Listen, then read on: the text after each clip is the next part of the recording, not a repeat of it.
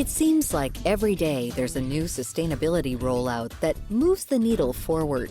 Take Ford, for instance. The American Auto Company is releasing its first F-150 all-electric truck next spring. It's a highly anticipated model that propels the brand into the modern car market and caters to a wider set of consumers. In addition to cars, many of these customers are also taking it upon themselves to invest in sustainable technology in their homes. This can mean buying solar panels or smart thermostats, or even switching to third-party suppliers that provide electricity generated from wind power. On a larger industry scale, the designers and architects of these spaces are also finding ways to innovate through tech-savvy building practices and the use of better materials. In some cases, this means tweaking traditional mixtures. With concrete, coming up with different mixes of materials that go into the concrete mix that would emit less carbon as a result of that chemical process. And so it's a really kind of transformative time in architecture, between the innovations around structural materials and reducing the carbon footprint of those, and the innovations that have been happening over the course of decades now. That's Ned Cramer, a design consultant based in Bethesda, Maryland. He served as editor-in-chief of Architect magazine from 2006 to 2020. During that time, he focused on highlighting several pressing issues facing the field, one of them being climate change. I was able to put together an issue that, really focused on the kind of stakes for architecture. And it was around the same time, I think, the conversation was happening nationally and internationally, where Greta Thunberg and other kind of impassioned people began to speak out with significant alarm about the increasingly visible effects of climate change. For the first time, I think, by the end of the 2010s, people were really able to see exactly what the effects were. It was affecting their day-to-day lives or those of their loved ones. So it seemed like a good time to kind of renew the call for urgency with architects. But why is the design of a structure so important in terms of sustainability? Cramer says the construction and day-to-day operation of many buildings across the U.S. produce extremely large carbon footprints. Historically, architects over the last 30 years or so have focused on, the jargon would be something called operational carbon, which is the carbon that's produced through the operation of the building, right? So to power the lights, to power the air conditioning, the heating, et cetera, which is a significant contributor to overall kind of greenhouse gas emissions globally. And more recently, the conversation in architecture has begun to encompass a kind of second source of emissions that architects call embodied carbon. And that's the carbon literally embodied, to use the phrase, within the materials that the buildings are made of. Embodied carbon makes up 11% of all global greenhouse gas emissions, according to the nonprofit organization Architecture 2030. Big contributors include common building materials like steel and concrete. Concrete, for instance, is probably the most glaring example of a building material that has a high embodied carbon footprint. And the reason is quite simply the chemical reaction that occurs in the making of concrete. It's the second most highly consumed product on the planet next to water. So it's this kind of astonishing set of data that when you begin to realize it begins to kind of affect architects' thinking pretty significantly. Steel is another kind of imperfect, high carbon content product. Because of the high carbon count of materials like steel and concrete, Cramer says more architects are designing using wood as the primary structural component. Why wood? It's a renewable, eco-friendly material that's readily available. We all think of wood as something that we build houses out of, for sure, here, especially here in the United States. That's the custom and has been for hundreds of years. But we don't think of wood as something with which to build a hospital or a high-rise. But why is it that we only think of using wood for smaller structures like homes or outdoor spaces? Well, Cramer points to historical events like the Great Chicago Fire that quickly curbed its use.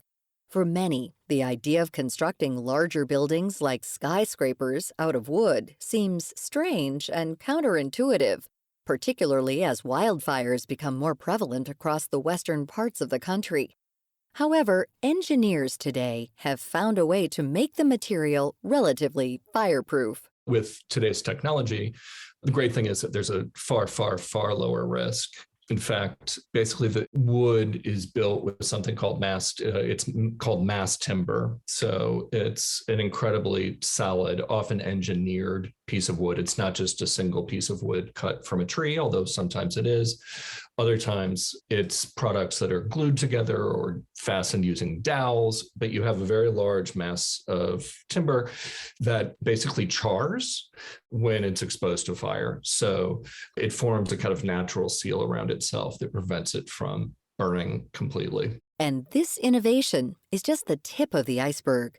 Architects are also using new technologies similar to 3D printing machines to increase efficiency and lessen construction times, while also leading to less waste due to human error. There are all of these technologies that are emerging around automated construction on site, machines that will, in the same way that a laser printer can kind of print a small toy, for instance, you can actually print with concrete now. And of course, there's the question of what's the concrete mix? Is it a kind of sustainable mix of concrete and so forth?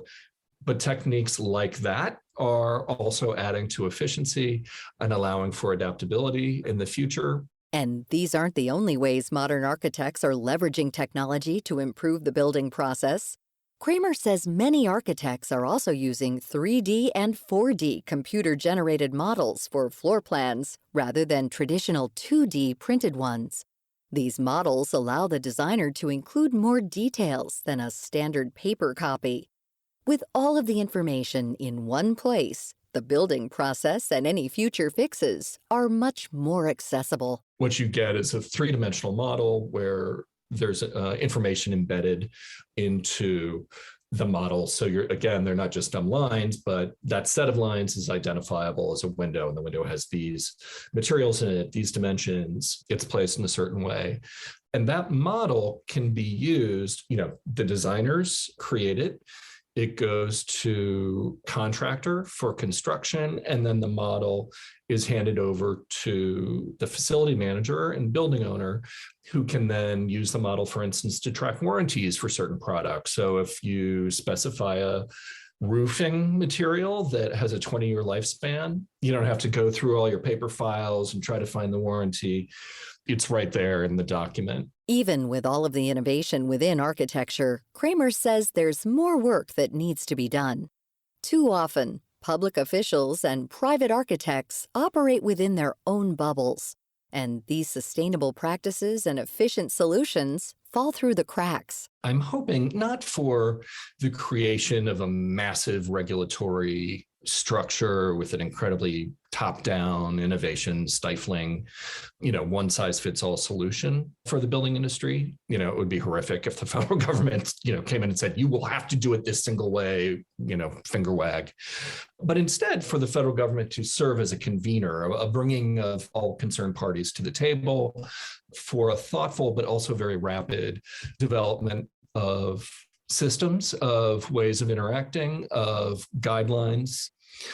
So I think that's probably my greatest wish, is to see all those constituencies come together and collaborate more, and for the federal government to play a proactive and positive role in so doing. To learn more about this topic and our guest, Ned Cramer, visit viewpointsradio.org.